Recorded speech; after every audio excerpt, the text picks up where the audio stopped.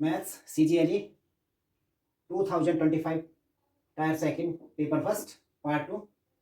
तो देखो इस पेपर की ये जो 2025 में आया है उसकी ये सेकंड वीडियो है। तो देखो एक क्वेश्चन दे रखा है द एक्सपेंडिचर, फिफ्थ क्वेश्चन है ये पेपर का। The expenditure of A company on 5 heads A, B, C, D and D in proportional to 3:5:7:11 ratio question mark respectively. The expenditure E is equal to the arithmetic mean of the expenditure on A and D.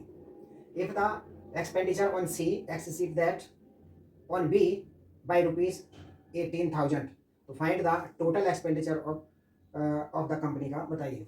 तो देखो हमें यहाँ पर ये ratio दे रखी है 3:5 दे रखी है, इन पांचों की एक्सपेंडिचर दे रखी है। तो देखो आंसर ऐसे निकालेंगे, ये दे रखा है 3:5:7:11, ये ए की है, ये बी की है और ये सी की और ये डी की, और ई की जो दे रखी है वहां पर क्वेश्चन मार्क है। तो यहाँ पर जो दे रखा है A is the equal arithmetic mean of the expenditure A and D. तो ए और डी का अर्थमेटिक मीन कितना आएगा, 11 और 3 14 हो गए, और 14 का हाफ हो गया 7। तो अर्थमेटिक मीन इसका 7 आया। तो ई का जो एक्सपेंडिचर है वो आया रेशो में 7 आया है। अब हम देखें यहाँ पर कहता है कि जो एक्सपेंडिचर है इफ द एक्सपेंडिचर ऑन सी पर जो खर्च किया गया है वो 20 से 18,000 ज़्यादा है, यानी सी का जो खर्च है वो 20 से 18,000 रुपये ज़्यादा है। तो इसका मतलब ये है कि 7x माइनस के 5x अगर हम x इन रेशियो में मिलें तो ये 18,000, ये 18,000 है।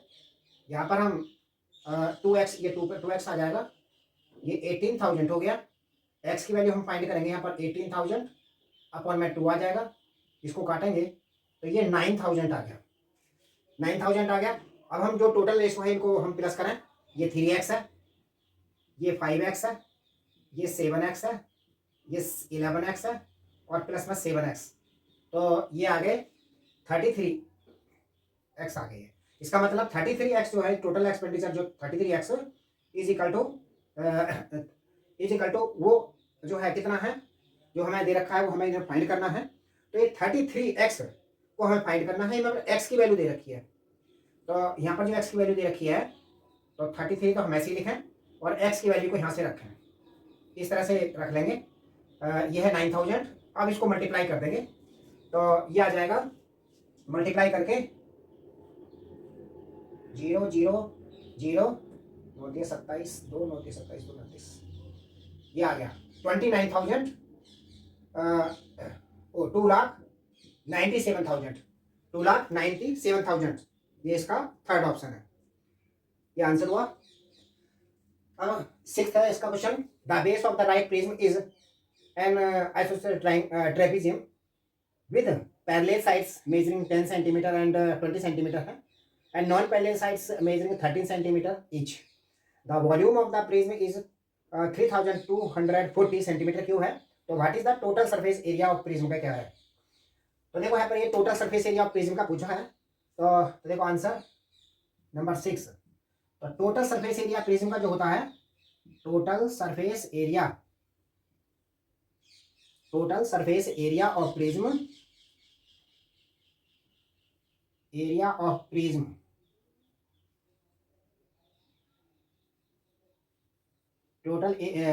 एरिया ऑफ प्रिज्म का इज इक्वल टू होता है, टोटल सरफेस एरिया जो प्रिज्म का होता है वो होता है 2 into base area, 2 into area of base plus में होता है perimeter of base into height, ये होता है। अब हमें यहाँ पर जो है इसका टोटल सरफेस एरिया निकालने के लिए एरिया ऑफ बेस चाहिए और उसकी हाइट चाहिए हमें, प्रिज्म की हाइट। तो perimeter of base into height of prism, की हाइट चाहिए। तो देखिए क्वेश्चन बड़ा है, ये लॉन्ग सॉल्यूशन है इसका, ये करना ही पड़ेगा, ये शॉर्ट में नहीं हो सकता। तो देखो ये ऐसा हमें ट्रेपेजियम इन्होंने दे रखा है, ये इस टाइप में ट्रेपेजियम हमको दे रखा है। ये जो इसकी नॉन पैरेलल साइड्स हैं वो तो 13 दे रखी है, 13 सेंटीमीटर, और ये भी 13 सेंटीमीटर में है। और एक जो पैरेलल साइड है एक 10 सेंटीमीटर की है, दूसरी 20 सेंटीमीटर की है। एक 10 सेंटीमीटर की है और दूसरी 20 सेंटीमीटर की है। तो अब देखो इसका हमें ये जो हमें ट्रेपेजियम दे रखा है तो इसका पेरीमीटर तो हम निकाल सकते हैं, बट इसका हमें जो है इसकी एरिया निकालने के लिए हमें इसका हाइट चाहिए, क्योंकि हमें एरिया बेस चाहिए तो ट्रेपेजियम के आकार का है, इसलिए हमें इसका एरिया निकालना है। तो एरिया निकालने के लिए हम ऐसे करेंगे, इसको पैरेलल लाइन यहाँ से ड्रॉ कर लेंगे। जैसे ये A B C D और E हमने ये नाम रख दिया, और यहाँ से इसके ऊपर परपेंडिकुलर डालेंगे और इसका नाम M रख देते हैं। तो हमें क्या करना है, हम देखें यहाँ पर ये पैरेललोग्राम है 10 सेंटीमीटर, ये इधर भी 10 सेंटीमीटर का हो जाएगा यहाँ से यहाँ तक का, और यहाँ पर भी ये 10 सेंटीमीटर का हो गया, ये 10 सेंटीमीटर का हो गया। अब हमें क्या करना है, हमें ये वाली इसका एरिया निकालने के लिए ट्रेपेजियम का हमको ये हाइट चाहिए, ये हाइट चाहिए। तो हम पहले क्या करेंगे, इस ट्राइंगल को लेंगे, ये वाले जो ट्राइंगल है, क्योंकि हमने ये जो लाइन ड्रॉ की है ये इसके पैरेलल ड्रॉ की है, तो ये भी 13 सेंटीमीटर की होगी, ये भी 13 सेंटीमीटर, ये 13 सेंटीमीटर और ये 10 सेंटीमीटर की है। तो हीरोन्स फार्मूले से पहले हम इसका एरिया निकालेंगे ट्राइंगल का, तब हाइट निकलेगी। तो यहाँ पर हम पहले हम एस निकालेंगे, उसका एरिया ऑफ निकालने के लिए इसका हीरोन्स फार्मूले से। तो यहाँ पर एस जो आएगा वो आएगा 13 प्लस में 13 प्लस में 10/2 एस आएगा इसका। तो ये आ गया 36/2 यानी 18 आ गया, इसका जो आ गया एस 18 आया। तो इसका एरिया निकालने के लिए root s, s minus a, s minus b, s minus c, area of triangle का निकालने के लिए ये फार्मूला लगेगा। तो ये एस की वैल्यू 18 है, फिर ये 18 माइनस 13, यहाँ पर लिखेंगे 18 माइनस 13, यहाँ पर लिखेंगे 18 माइनस 10, थर्ड साइड इसमें 10 है। तो ये आ जाएगा रूट में ये 18 इंटू ये आया 5, ये भी 5 आया, और ये आया 8। अब इनके फैक्टर करेंगे, जिनके फैक्टर करेंगे 18 के, तो ये आ जाएगा area of triangle is equal to 18 के फैक्टर होंगे 2 इंटू 3 इंटू 3, और ये 5 इंटू 5 ये इसी तरह से रहेगा, और फिर आगे 8 है, ये 2 इंटू 2 इंटू 2, इस तरह से इसके फैक्टर आ जाएंगे। अब हम इसको रूट से बाहर निकालेंगे, एक पेयर 3 का बना, एक पेयर ये 2 का बन गया, एक पेयर ये 5 का बना, और एक पेयर ये वाला 2 का बन गया। अब इनको मल्टीप्लाई करें तो 2 5 का 10 और 3 2 6, ये 60 आ गया, ये आ गया 60 सेंटीमीटर स्क्वायर इसका एरिया आ गया इस ट्राइंगल का एरिया का। अब एरिया ऑफ ट्राइंगल का फार्मूला होता है, एरिया ऑफ ट्राइंगल का 1/2 बेस इंटू हाइट होता है। जब 1/2 बेस इंटू हाइट होता है तो 1/2 बेस, बेस तो इसमें 10 है, जो हमने ट्राइंगल लिया है, इसमें तो बेस है वो 10 का है, और हाइट को हम h यहाँ पर इस तरह से लिख लेते हैं, इसकी हाइट। तो हमने h इसकी हाइट लिखी, तब इसको ऐसे लिखा, और एरिया ऑफ ट्राइंगल की जगह हमने 60 लिख लिया। तो यहाँ से इसकी वैल्यू मालूम चल जाएगी, 5 से कट गया, तो h इज इक्वल टू आ जाएगा 60/5, 5 में 5 2 का 12, ये 12 सेंटीमीटर आ गया। अब हमें निकालना है इसका एरिया, निकल गया, इसका बेस एरिया निकल गया। अब हमको जो चाहिए सरफेस एरिया ऑफ प्रिज्म का टोटल सरफेस निकालने के लिए एरिया ऑफ बेस चाहिए। तो एरिया ऑफ बेस जो है इसका वो 60 निकल गया, और एरिया ऑफ बेस इसका, हाँ ट्रेपेजियम का अभी एरिया ऑफ बेस निकालना है, ये एरिया ऑफ बेस अभी ट्राइंगल का निकला है। तो एरिया ऑफ ट्रेपेजियम का फार्मूला लगाएंगे, एरिया ऑफ ट्रेपेजियम का फार्मूला होता है 1/2 the sum of parallel side a plus b into में हाइट होता है h। तो ट्रेपेजियम का 1/2 ए उसकी साइज ए है 10 और बी है 20, और हाइट हमने h अभी निकाली है, ये 12 है, 2 से इसको काट देंगे 6 आ जाएगा, और ये आ जाएगा 30 इंटू 6 हो गया, 3 6 18। तो 180 सेंटीमीटर स्क्वायर आ गया ट्रेपीजियम का एरिया। एरिया ऑफ ट्रेपीजियम आ गया 180 सेंटीमीटर स्क्वायर। अब हमें उसका total surface area of prism का निकालने के लिए 2 इंटू एरिया ऑफ बेस चाहिए। तो एरिया ऑफ बेस ट्रेपीजियम का 180 निकल गया, और पेरीमीटर ऑफ बेस चाहिए, पेरीमीटर इसका टोटल है, और हाइट ऑफ प्रिज्म चाहिए। तो हाइट ऑफ प्रिज्म, अभी हमें हाइट ऑफ प्रिज्म नहीं पता है, अब हम निकालेंगे उसकी हाइट ऑफ प्रिज्म क्या होती है। तो हाइट ऑफ प्रिज्म निकालने के लिए हमें वॉल्यूम यहाँ पर दे रखी है। तो वॉल्यूम ऑफ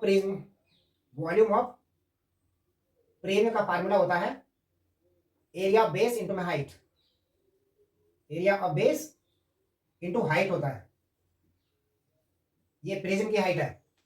तो वॉल्यूम ऑफ प्रिज्म की वैल्यू हमें वॉल्यूम दे रखी है 3240 दे रखी है, और एरिया ऑफ बेस जो प्रिज्म का है वो अभी हमने निकाला है 180 है, और इसकी जो हाइट है प्रिज्म की हम उसको कैपिटल एच लिख लेते हैं। अब इस 180 को इधर लेकर के आएंगे तो ये कट जाएगा इससे, तो हाइट जो आ जाएगी इसकी आ जाएगी 324 अपॉन में 18। तो 18 से इसको डिवाइड करेंगे तो ये कट जाएगा, 18 से आएगा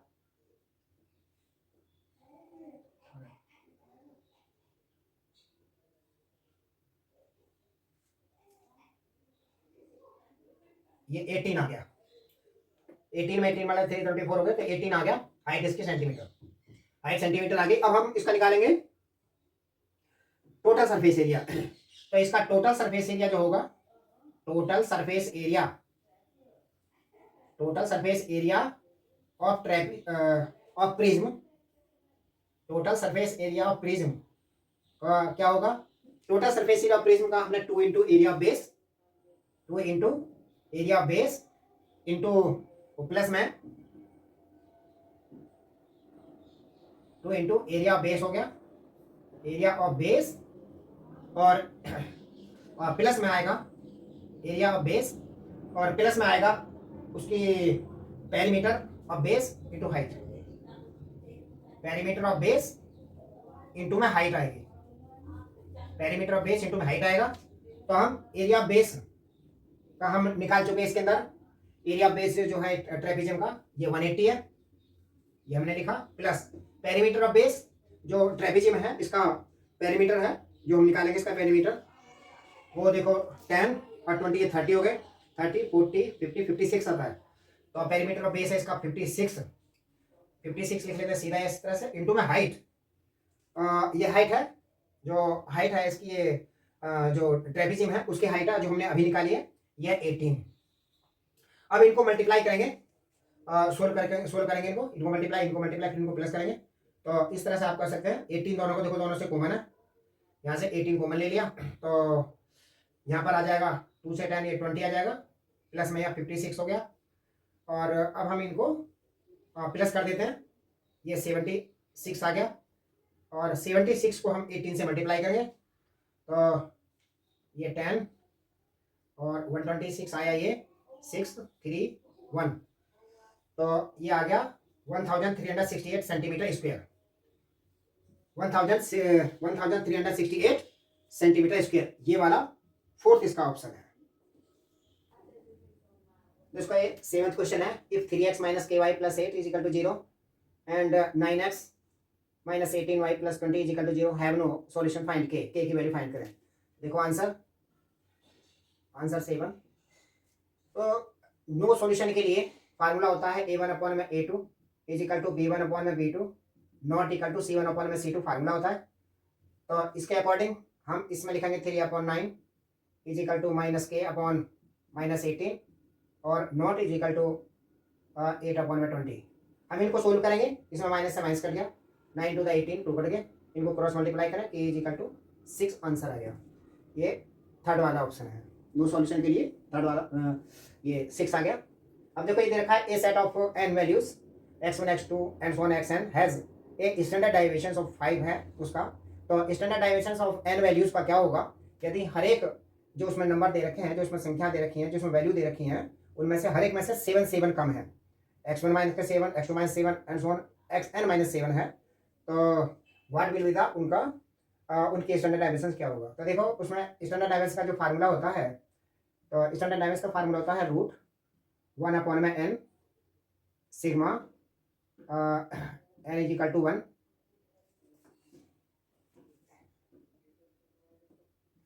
k is equal to 1 n और x आई से लिख देते हैं, i is equal to 1 x i minus x bar का स्क्वायर, ये फार्मूला होता है। तो देखो ये स्टैंडर्ड डायमेंशन का फार्मूला है, जो ये फार्मूला होता है। तो इसमें क्या होता है कि अगर हमें जो है इसमें मेन एन तो इसमें उतने ही है जितने ये है, नंबर तो उसमें उतने ही है। ये एक्स आई माइनस के एक्स बार का होल स्क्वायर, तो एक्स आई जो हर एक इसमें नंबर दे रखे हैं उसमें से 7 कम है, तो इसका जो एवरेज ये जो मीन है वो भी 7 कम हो जाएगा।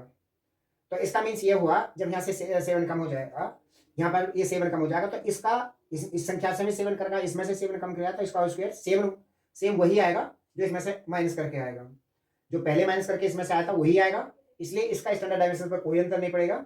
इसमें स्टैंडर्ड डायमेंशन 5 दे रखा है, इसलिए इसका स्टैंडर्ड डायमेंशन 5 ही होगा।